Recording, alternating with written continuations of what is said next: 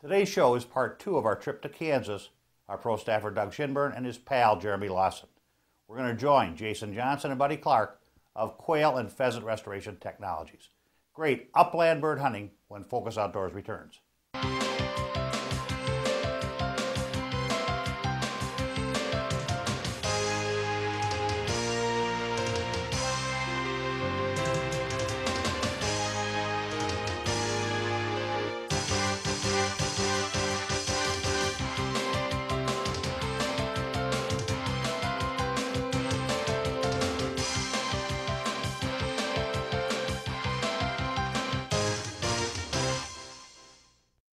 Focus Outdoors is brought to you by Quail and Pheasant Restoration Technologies, the next generation in game bird restoration. Remington Sporting Dog, quality products for family pet and sporting dog owners. South Dakota Tourism, visit huntinsd.com to plan your hunting vacation to South Dakota. Rio Ammunition, sporting ammunition since 1896. Country Vet Pet Foods, loved by pets, trusted by owners. Pattern Master, shotgun chokes for any game. And Real Wings, the deadliest decoys on the planet. Look at this. Is that Angus? Is that the cheese you drove on the floor? You got March? Yeah. Save burgers and Pheasant! Nice.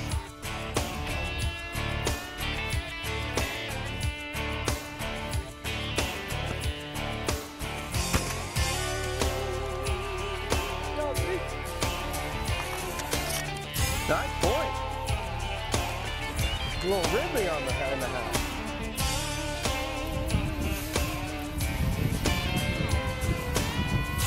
We're going up and you're going to have to kick this other. I got a point right here. Hard. Oh! There you go. Let's tell the folks again how you got started with the Surrogator and kind of how that whole thing began and what we're doing with it and where we're going. Well, like most people, I remember the days when you could go out and consistently find birds, and you know, every year it continued to get worse and worse, and occasionally you'd have a little bump in the population, but the general trend has been down. And you know, in fact, in the last 40 years we've lost over 80% of our quail nationwide, and in most states the pheasants are shad of what they once were. And you know, being an avid bird dog guy and bird hunter, was looking for some way to change that trend, and obviously understood that habitat was important, but on many of our properties we had done all the things we were supposed to do and the bird numbers still hadn't responded to the condition we wanted. And that's when the Surrogator came into play, and you know, looking for a way to basically take that part where Mother Nature most often fails the most, and that's that nesting and brood ring phase, and replace it with a process that's as natural as possible. So the thought would be, if you can replace that part, get into an age where their survival is going to be highest, and release them at a time of year and a time of their life when survival should be maximized, we would be able to assist Mother Nature in restoring upland game bird numbers. And so after about, I think 10 years, just a little over 10 years ago, we sold the first units, and since that time we've got units in 46 states, all the way from South Africa to Canada, Mexico, and try to make it better, try to come up with something new each year. And we've got some new things coming out this next year that we think makes the process even better. Good boy. Okay, give. We're on the scoreboard. Probably the biggest thing we've seen is the fields that we actually do Surrogator releases on versus the control fields where we're not doing Surrogator releases. We're seeing a 10-fold increase in bird numbers. And obviously that's ultimately what hunters are looking for, more game birds on there. So we know survivability has been good. We're having a little problem with the telemetry, the radio collar staying on the chicks. So we lost a little bit of data on that this year. But we're getting some banded birds back. We've had some issues with the banding. But overall, when you look at kind of the macro level of the project, the control fields where we haven't had a Surrogator on it have much fewer birds than the same habitat types that we've done a Surrogator on. And next year we actually flip those fields, and the ones we didn't do releases on this year we'll do releases, and the ones that we did this year we won't. So at the end of next year we should have really good information on how much impact that has on game bird numbers. And you know, with regards to the Surrogator, we're getting a release 1 year, okay, and then like you're saying, you're gonna flip the fields the next year. What kind of expectation do you have potentially of those birds that were released this year propagating young birds on their own next year? I mean, we would presume it'll be the same as Mother Nature would normally be. You get a perpetual value out of it. You know, we estimate about a 60% survival of the chicks released from the Surrogator that are still alive going into the fall hunting season. And at that point, their odds of survival are just as good as a wild bird. They've lived 90% of their life in the wild at that point. Now, I always remind people that most upland game birds are about an 80% mortality species by nature. So when you get to spring, you'll have fewer birds, but you'll have a lot more than you would have had. Those birds nest, reproduce, and you obviously expand that. Now, the hard part with Mother Nature is you can always get the drought, the hailstorm, the flood that just ruins wild reproduction.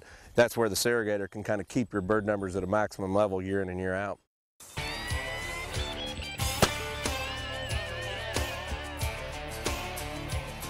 This field is really, really thick, heavy cover. Great winter cover for this year, but let's tell the folks a little bit about what really needs to be done with this piece of cover that we're hunting right now. Yeah, a lot of times these unmanaged CRP fields get too thick and rank, and typically we'll try to burn every 3 to 5 years depending on rainfall. Now sometimes we'll try to take a little block out, leave some real thick cover like this because it is beneficial during the winter.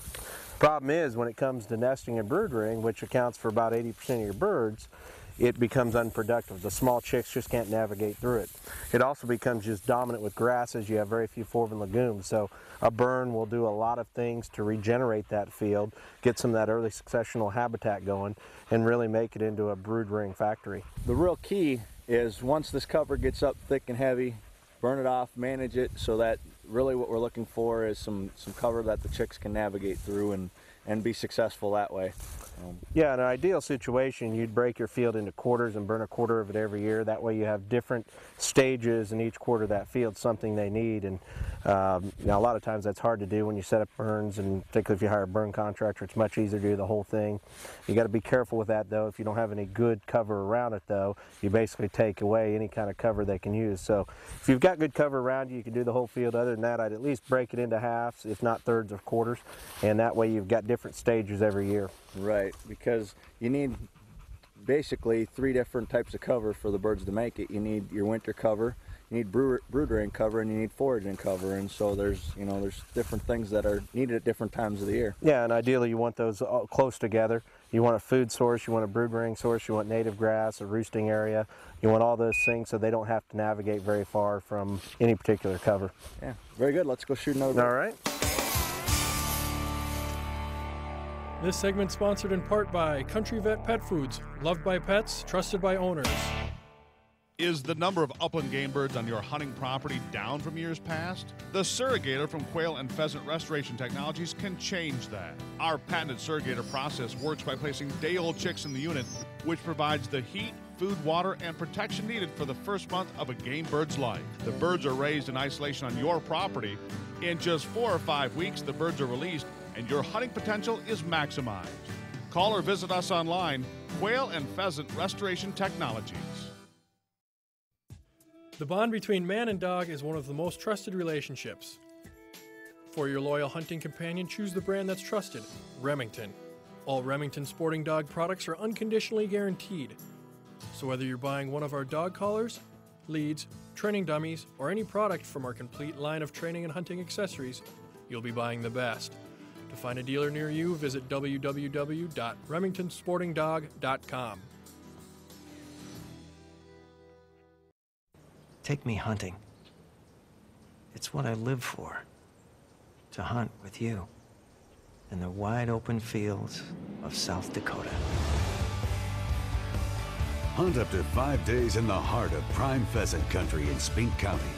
Package includes lodging and some meals. Visit huntinsd.com for more hunting adventures.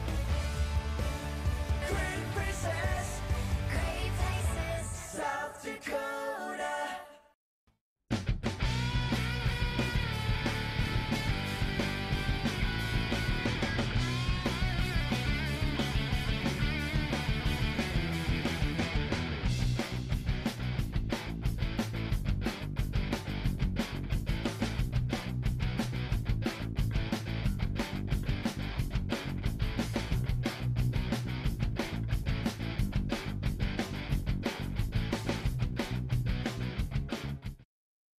This segment sponsored in part by Rio Ammunition, sporting ammunition since 1896.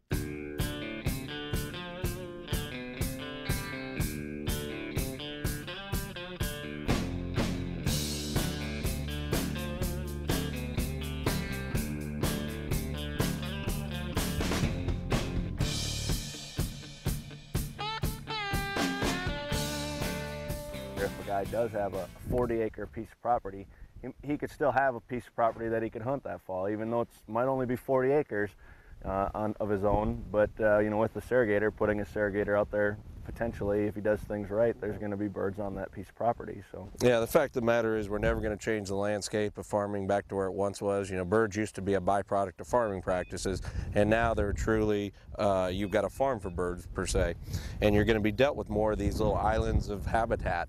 And you know, if you build the most perfect habitat in the world, but your nearest birds are 5 or 10 miles away, the odds of that place ever holding a good amount of birds is going to be lower. So we need to maximize the habitat potential of each property that is good habitat, and then when you combine it with something like the Surrogator, you can have good bird numbers. people are always going to ask, why are the birds that come out of the Surrogator better than a pen-raised bird that you might release out of a pen as an adult bird? Well, there's a couple reasons behind that. Number one, there's been some research on imprinting, and it's similar to waterfowl, that if you raise a bird on location at an early enough age, it'll tend to live, breed, and reproduce within a very small distance from that. And so by starting the chicks at a day old on the field where we want to imprint them, they're going to imprint, tend to stay in that area. Secondly, an adult bird that's raised at a game farm has had no use for survival instincts, and survival instincts are one of those things you either use it or lose it. Now when you look at the Surrogator, we're usually doing this from a standpoint of, kind of May through September in the majority of the country. And if you look at the time of their life we're releasing at 4 or 5 weeks of age, it's kind of like a child. Their learning curve is very fast at that point. They're thermally independent, they can fly, and then also our habitat that time of year is at its maximum abundance. Everything's broadleafed and canopy. There's a tremendous amount of insects and seeds. So therefore, when they're released, they're in ideal conditions to survive in. The third point would be, a lot of people talk about predators. They're very susceptible to predators, and certainly predators are always an issue. But when you look at that time of year, we typically break our predators down into 3 different gamuts. The first one is mammalian predators, your nest predators, your coons, skunks, possums, snakes, armadillos, depending on where you're at. And while they're very detrimental to nest and very young chicks, they're not very effective on a 4 or 5 week old bird. So we somewhat remove that from the equation. Secondly, we've got avian predators. And obviously come wintertime, they're a big nuisance, but during that time of year when everything's broadleafed and canopied, they can't even see the ground, so they're very ineffective. You also look at the fact that all your other prey species are they're seasonal highs, your rabbits, your rats, your mice. So there's a lot of different things that they can be preying on. And with all that abundant habitat out there that time of year, it's a little bit of a needle in a haystack. So the point being, by the time things get really tough, by the time fall and winter comes along, these birds have lived a long time out in the wild surviving on their own. I've used the Surrogator now. This will be the 3rd year on the training facility and as far as my gun dog facility, and it's really helped out there too. And so I'm sure you get a lot of response from other trainers and people who own dogs that maybe are using it strictly as a way to put more wild or birds out into the field for them to train their dogs. Yeah, and we've actually got what we call our dog training unit that kind of doubles as a Johnny house during your non-Surrogator season, where you leave a few birds in there. It has a predator-proof funnel where birds can get in, and that way they can let their dogs work some birds. At the end of the day, call them back in and continue to use them over and over.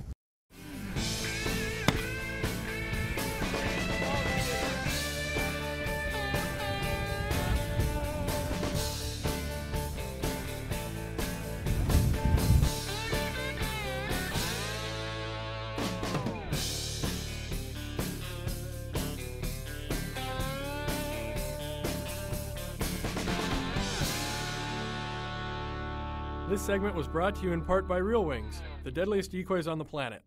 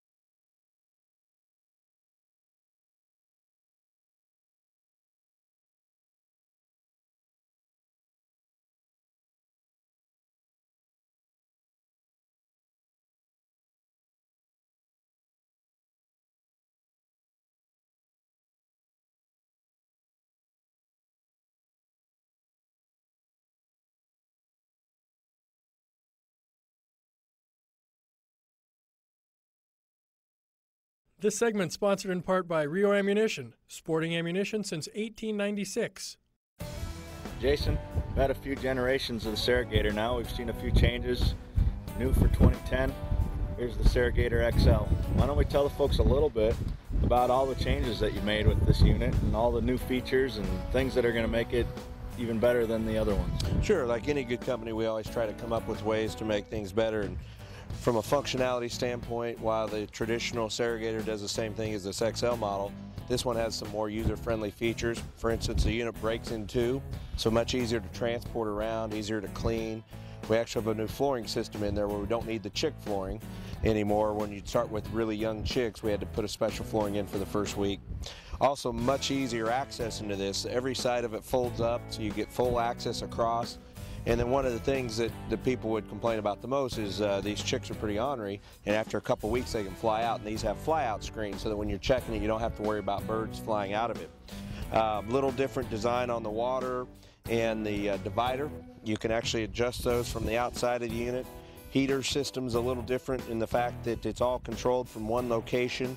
So really just some more user-friendly features to make it better. On the loafing end over there, we have a spot where the misting system, we call it our raincoat misting system, that we'll start using when the chicks are about 3 weeks old. It'll mist them twice a day and basically get them weather hardy so they can handle some of the summer storms.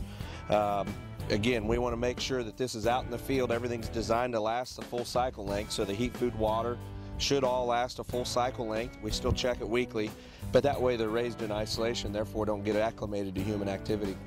Right, I noticed too, even on this one, you have some screen on the top of one area of it here, and again, I'm assuming that's for, you know, getting them more used to the weather again. Yeah, and the traditional Surrogator had that too. It was a little different position, but we want these birds exposed to everything that a normal bird would, whether that be, you know, rain or sunshine or wind or basically their whole environment. So we try to make it where we isolate them to this brooding end for the first week, and after that they can come back and forth from that loafing end where they can get exposed to those things and still come back into that protective area when they need it. Well, let's take a look at a couple of these features here. You know, you said that it kind of flips up from all sides, so... Yeah, you can see the lid has easy access now, so you can fill the feed, plus these fly-out preventers here, so you can be doing things for maintenance if need be without having to worry about chicks coming out. You can see the heater controls are over in this area here, where you've got your control there. You no longer need pins on the top of your ceramic disc because this arm just rotates back and forth as needed, so you can pull out your disc. Slightly different construction that the traditional model we make out of a plastic mold. This is steel construction that's insulated in here. But again, functionally they both do the same thing. This one just has some more user-friendly features. You know, one of the other features that people will like is always before it was hard to guess how much water was in your tank. We have a water gauge on it now. Where basically you have a clear hose here. That water will gravity flow so you can tell how much water is in the unit. Now we'll periodically change out that hose, blow it out, keep it clean, but it does make it so you don't have to worry about running out of water. This water barrel adapter also is an option that allows people a little easier ability to fill it up. When you have 15 gallons of water in there, it can get fairly heavy as you try to place it on there. You can see your divider here now actually is raised and lowered from right here. So you just flip it down when you want to trap them in one side or the other, and lift it up when you want to have access back and forth. Excellent. Well, Jason, I want to thank you for having us down again this year. You bet. It's always a pleasure. It was a lot of fun, and we look forward to doing it again next year. You bet. Every year we come down, we see a lot of birds, we have a lot of fun. See a lot of different weather, whether it be 60 degrees or ice or snow. You guys are always full of surprises weather-wise. Exactly. You know, we come down a month later this year and we get weather that's 30 degrees warmer than it has been ever when we've been here. Yeah. So. And no snow and no ice, so it's been a great time, and we really enjoy working with you. And like I said, look forward to the continued relationship and seeing all the new things that you guys come up with. And I can tell you, for the folks at home, these products do work, and if you give them an opportunity to do things right, you will enjoy the benefits of having more birds on your property.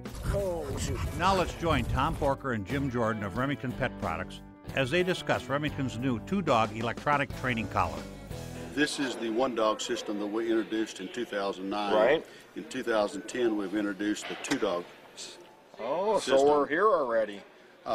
We've added a little bit of protection for our transmitter from the 1-dog to the 2-dog. We have this rubber molded piece that goes around here that gives a little bit more protection.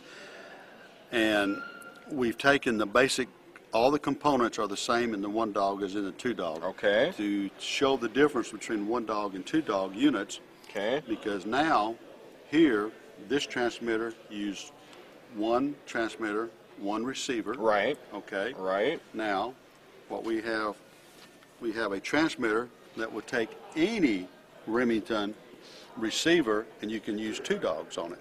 That's great versatility. I can synchronize dog 2 transmitter to this unit, take another collar receiver,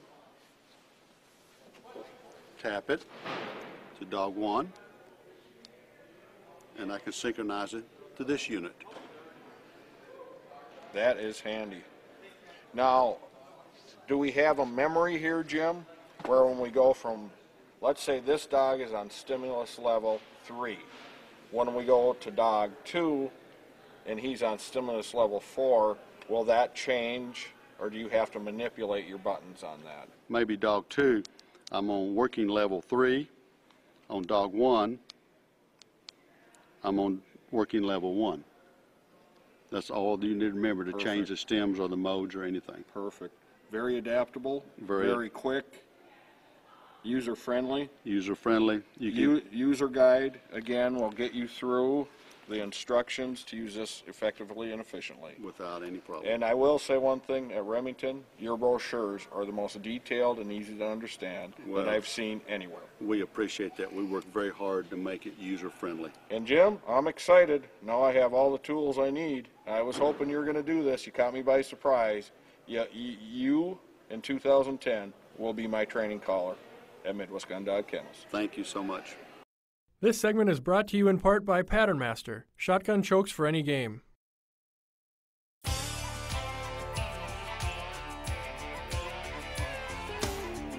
You want your decoy spread to be more effective and attract more waterfall? Introducing Bird Vision UV Reflective Decoy Paint. See what the birds see. Bird Vision paint will make your decoy spread come alive, be more realistic, and more effective. That's Bird Vision paint, available at realwings.com or call 701-365-8222 for more information. After a long, successful wing shooting hunt, is there an easier way to clean your birds? Yes, there is. Introducing the Bird Hitch Cleaner. Stainless steel construction that makes your bird cleaning safe and easy. More portable, with less waste and easy cleanup. The Bird Hitch Cleaner is available on Focus Outdoors TV's online store at www.focusoutdoorstv.com. Hunt smarter, not harder. Is the number of upland game birds on your hunting property down from years past? The Surrogator from Quail and Pheasant Restoration Technologies can change that. Our patented Surrogator process works by placing day-old chicks in the unit, which provides the heat, food, water, and protection needed for the first month of a game bird's life. The birds are raised in isolation on your property.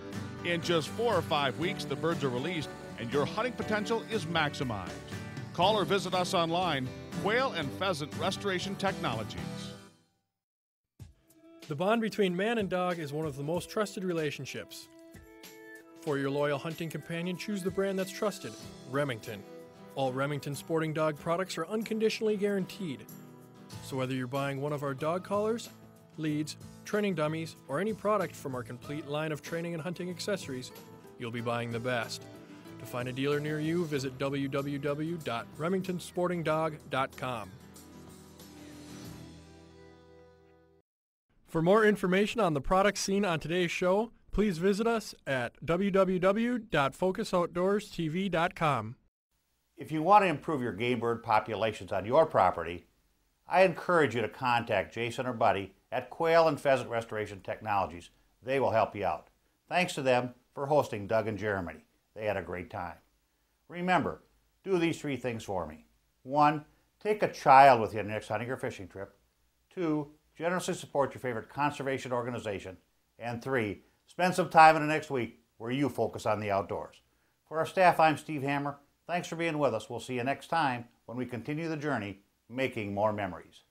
Focus Outdoors was brought to you by Quail and Pheasant Restoration Technologies, the next generation in game bird restoration. Remington Sporting Dog, quality products for family pet and sporting dog owners.